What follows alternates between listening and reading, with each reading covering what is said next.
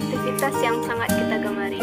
Apabila kita melakukannya, perasaan tenang, damai, dan nyaman akan dirasakan sebagai pengalihan stres dari rutinitas kehidupan, tuntutan kesempurnaan yang semakin menakutkan. Banyaknya jenis hobi tak membuat setiap individu tidak memilikinya. Dan sederhana sekalipun, jika dilakukan mendapatkan ketenangan untuk diri kita, maka itu adalah hobi kita.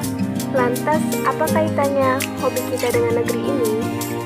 Karena hobi bukan hanya sekedar kegiatan yang tak berarti. Jika terus dikembangkan, hobi bisa menghasilkan sebuah karya dan prestasi untuk negeri ini. Seperti pepatah mengatakan, ubahlah dirimu sendiri, maka sekelilingmu juga akan berubah. Pada kesempatan kali ini, ada beberapa narasumber yang berani mengembangkan hobinya hingga menjadi sesuatu yang bermanfaat.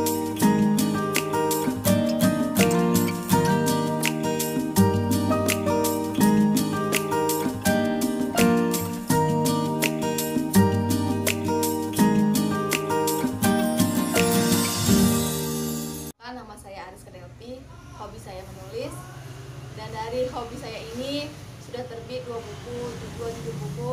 Yang pertama Hujah Wahubah, yang kedua Mungkin Kesulitanmu Butuh Riasan. Kalau saya mulai menulis itu, seingat saya waktu itu saya memutuskan untuk berhenti kuliah. Saya berhenti kuliah dari universitas yang saya masukin baru 1 bulan.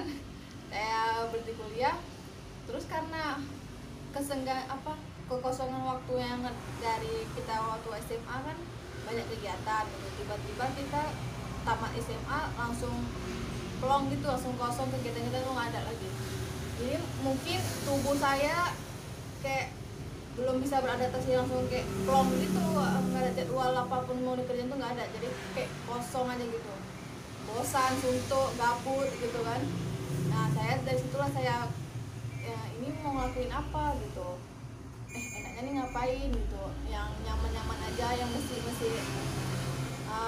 yang nggak terlalu ini kali lah pokoknya mau melakukan kegiatannya. Ya udah saya mutusin untuk nulis. Awal-awal tantangannya itu ya karena kita memang bukan penulis ataupun memang sering nulis, apalagi kita mau menulis sebuah buku. Saya waktu itu mau menulis sebuah buku, ini nentuin dulu gitu tulisannya buku apa, judul apa, genre apa, itu pasti tantangannya. Kalau kita mau buat menulis buku autobiografi kan kita berarti memerlukan penelitian sejarah ataupun dari tokoh yang kita masukkan ke dalam buku kita. Nah awal-awal pertama nulis kemarin itu kebetulan genrenya fantasi, jadi ya kesulitannya dari awal tuh nentuin tokoh, nentuin ide cerita supaya ide ceritanya tuh enggak pasaran, supaya ide cerita itu jangan ide cerita yang pasaran terus kita rombak sedikit aja udah ganti judul, udah sama aja gitu. Yang kesulitannya selama itu nentuin tokoh, alur ceritanya, terus ide ceritanya, penulisannya. Cara menghadapi kesulitan-kesulitannya ya pastinya kita harus mau punya semangat untuk belajar. Karena kan kita ibaratnya nih memasuki pembelajaran baru, memasuki dunia yang baru, kita harus tahu dasar-dasar penulis itu apa, kita harus tahu kayak mana cara-cara penulisannya itu kita juga harus tahu gitu. Yang pastinya kita harus mau belajar, semangat belajarnya kuat dan jangan pernah bosan. Kalau misalnya kita salah ya ulang lagi gitu. Sebenarnya kalau dibilang motivasi, nggak ada motivasi khusus gitu. Cuman karena menulis ini membuat saya tuh ya damai aja. Saya tuh lebih kayak self healing aja tuh kok menulis gitu. Karena setiap kali saya nulis, saya tuh merasakan kedamaian ataupun kayak ya, yang pernah tuh hilang gitu kalau lagi nulis gitu. Ya jangan pernah takut, jangan takut, jangan berhenti belajar, jangan mudah menyerah. Karena kalau kita nggak membudidayakan misalnya penulisan di Indonesia, siapa lagi yang menulis? Saya Khalid, saya adalah atlet dari Sorigi Kempo, mewakili Aceh Timur. Saya tinggal di Langsa, tapi saya mewakili atlet di Aceh Timur. Tahap awal saya mengikuti atlet dengan melihat abang saya, karena abang saya dia mengajar atau jadi guru di bidang Sorigi Kempo. mungkin dari situ saya tertarik untuk mengikuti bela diri karena pun keluarga saya latihan itu semua. Jadi saya ikut juga latihan, dan sering dengan latihan ya saya sudah menjadi atlet sampai sekarang. Kendala saya dalam atlet yaitu dengan transportasi, karena saya dari Langsa ke Aceh Timur, jadi butuh dana untuk transportasi karena jaraknya yang terlalu jauh. Kendala saat latihan mungkin